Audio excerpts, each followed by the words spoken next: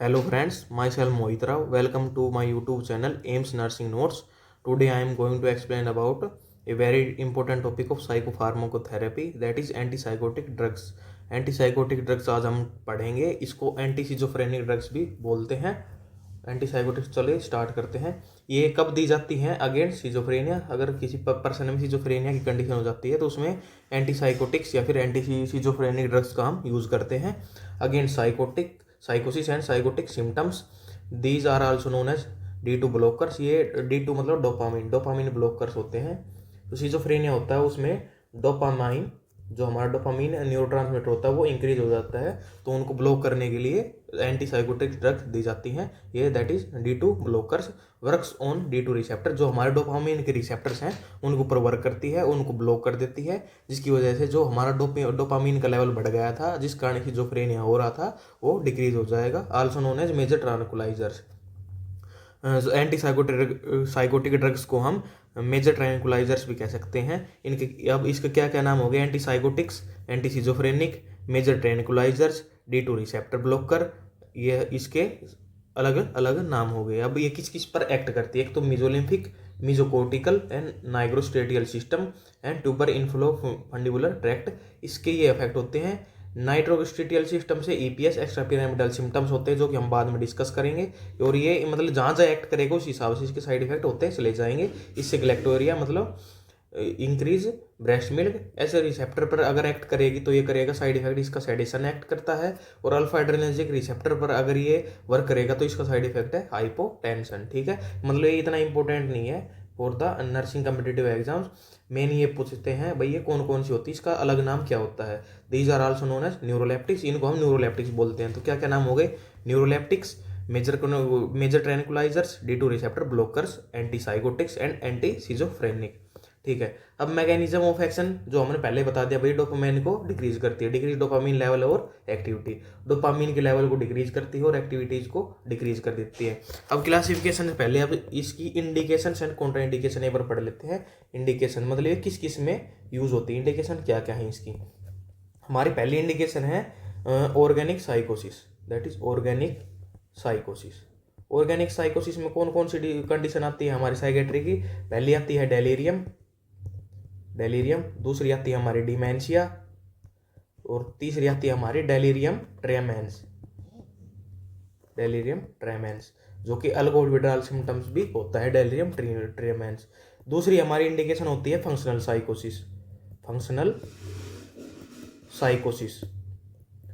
साइकोसिस में कौन कौन सी कंडीशन आती है? पहली आती है सिजोफ्रेनिया, दूसरी आती है हमारी डिप्रेशन,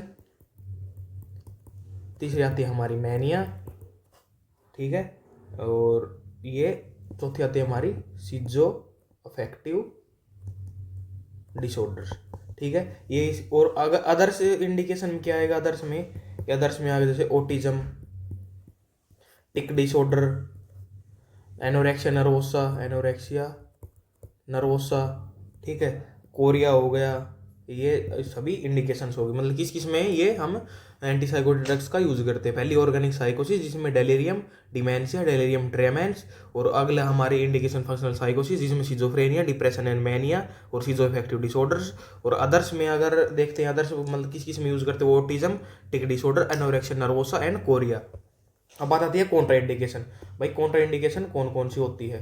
कॉन्ट्रा इंडिकेशंस, ठीक है भाई, किस में हम एंटीसाइकोटिक ड्रग्स का यूज नहीं करते, तो वो कौन कौन सी हो गई हमारी? एक तो है पहली प्रेगनेंसी। सबसे पहली प्रेगनेंसी में हम एंटीसाइकोटिक ड्रग्स का यूज नहीं करते हैं। अगली कंडीशन हमारी होगी लैक्टेशन की कंडीशन। लैक्टेशन में भी हम एंटीसाइकोटिक ड्रग्स का यूज नहीं करते हैं। तीसरी कंडीशन हमारी कोई अगर 3 ईयर से छोटा हो, 3 ईयर ओल्ड चिल्ड्रन, 3 साल से छोटा अगर कोई चिल्ड्रन हो, उसमें भी हम एंटीसाइकोटिक्स का ड्रग यूज नहीं करते। या फिर कोई बोन मैरो सप्रेशन का पेशेंट हो, तो उसमें भी हम एंटीसाइकोटिक्स या फिर इनका मेजर ट्रैंकुलाइजर्स का हम यूज नहीं करते हैं। ये इसकी हमारी इंडिकेशंस एंड कॉन्ट्रा इंडिकेशंस हो गई। अब ये इसकी क्लासिफिकेशन पढ़ते हैं भाई। 2 क्लासिफिकेशन में इनको बांटा गया, एक तो टिपिकल एंटीसाइकोटिक्स, एक एटिपिकल से एंटीसाइकोटिक्स। ठीक है, टिपिकल एंड एटिपिकल एंटीसाइकोटिक्स। ठीक है, अब टिपिकल होती है हमारी फर्स्ट जनरेशन की होती हैं, और एटिपिकल होती है हमारी सेकेंड जनरेशन की एंटीसाइकोटिक ड्रग्स होती हैं। ये ट्रेडिशनल होती हैं, ये नियर एंटीसाइकोटिक्स। जो नई वाली एंटीसाइकोटिक ड्रग्स है उनको एटिपिकल एंटीसाइकोटिक ड्रग्स बोलते हैं।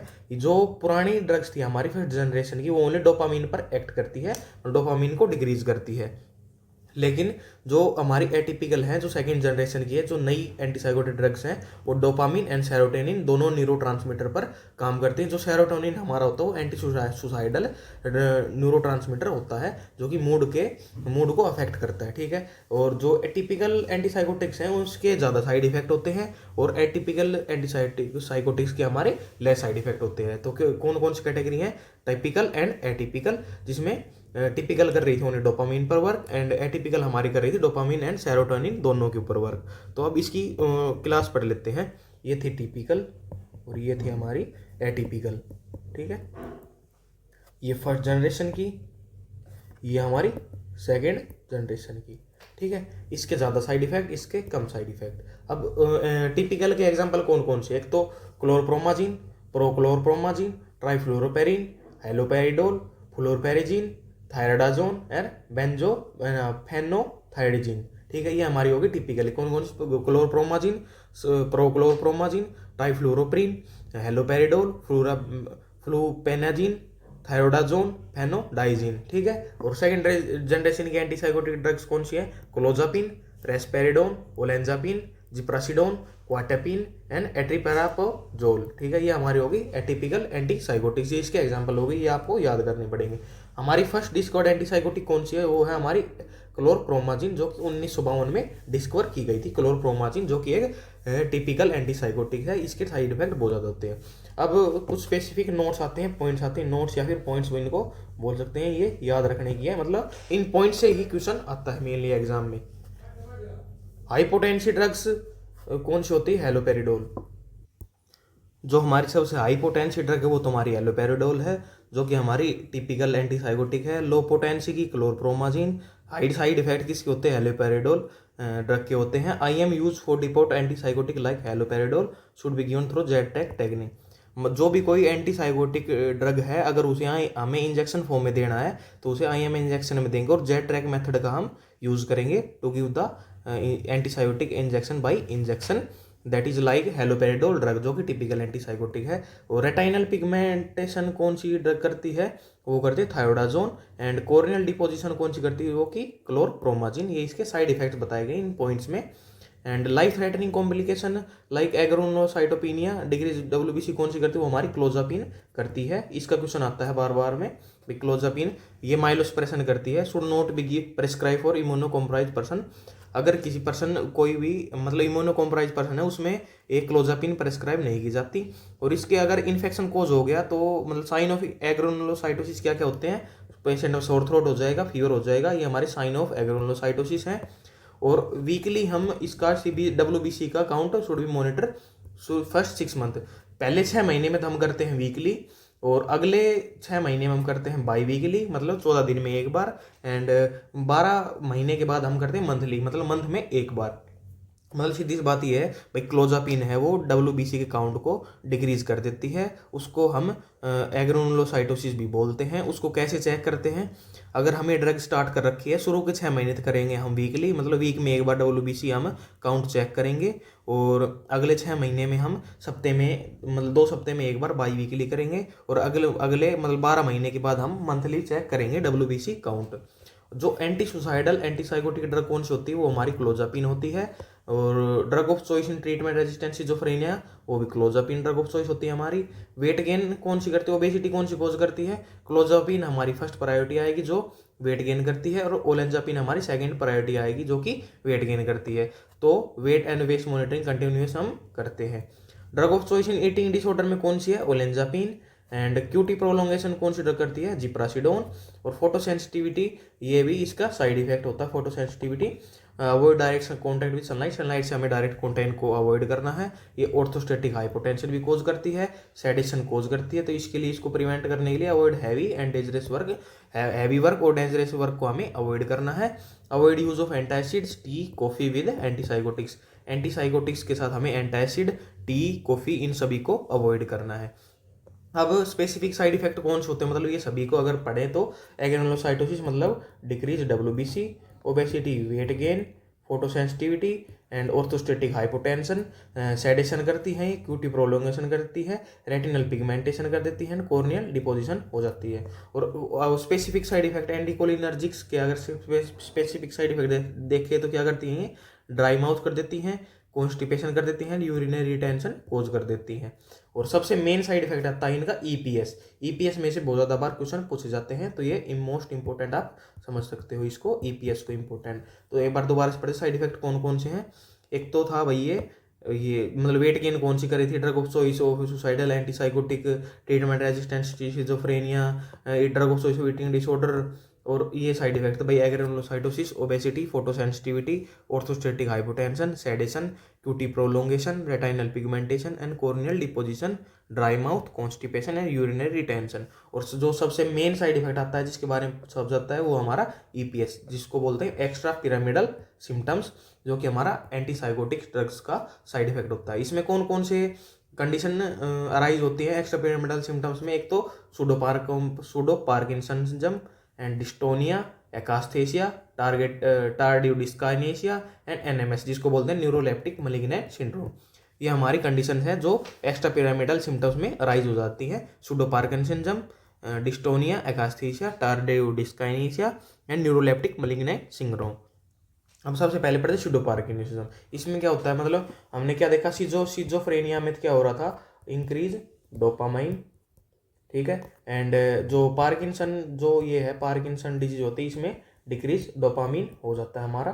तो इसमें पार्किंसन लाइक सिम्टम हो जाते हैं सूडो पार्किंसन में। क्या क्या ट्रेमर्स होंगे पेशेंट को, मसल रिजिडिटी हो जाएगी, ब्रेडिकाइनेसिया हो जाएगा, मतलब मूवमेंट, इसका मतलब है डिक्रीज मूवमेंट्स की ये डिक्रीज हो जाएंगे। ये सेकंड मोस्ट कॉमनेस्ट ईपीएस है, मतलब ये सेकंड मोस्ट कॉमन है एक्स्ट्रा पिरामिडल सिम्टम्स है। अगला आता है हमारा डिस्टोनिया। अगली कंडीशन डिस्टोनिया की आती है। डिस्टोनिया में क्या होता है, अब नॉर्मल मसल टोन हो जाती है, इसमें मस्कुलोस्पाज्म हो जाता है, स्पाज्म इन नेक मसल, जिसको हम टोर्टिकोलिस नेक भी बोलते हैं, ओकुलर स्पाज्म, जो हमारी आई लीड्स की जो मसल्स होती हैं उसमें स्पाज्म हो जाता है, जैसे ocular crisis, patient looks upward, patient ऊपर ही देखता रह जाता है, लेरेंजियल स्पाज्म हो जाता है।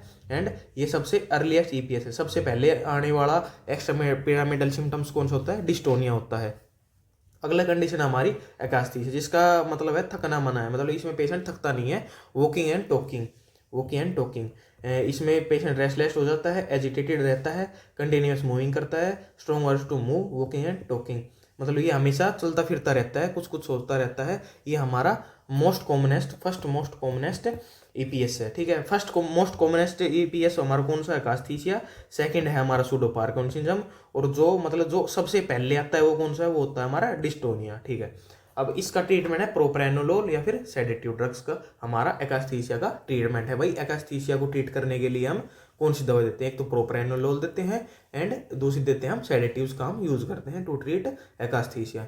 अब अगली कंडीशन हमारी टार्डिव डिस्काइनेसिया। टार्डिव डिस्काइनेसिया एक इरिवर्सिबल ईपीएस है, ठीक है। ये एक बार होने के बाद ये रिवर्सिबल नहीं है, मतलब ये ठीक नहीं होता। इसमें अब नॉर्मल मूवमेंट ऑफ एक्सट्रीमिटीज का अब नॉर्मल मूवमेंट होने लग जाएगा, चिविंग मूवमेंट होंगे, टंग प्रोट्रूजन हो जाएगा, फेशियल मूवमेंट्स होगा, पेरिओरल मूवमेंट्स एंड रैबिट सिंड्रोम, ये इसका कंडीशन हो जाती है टार्डिव डिस्काइनेसिया में।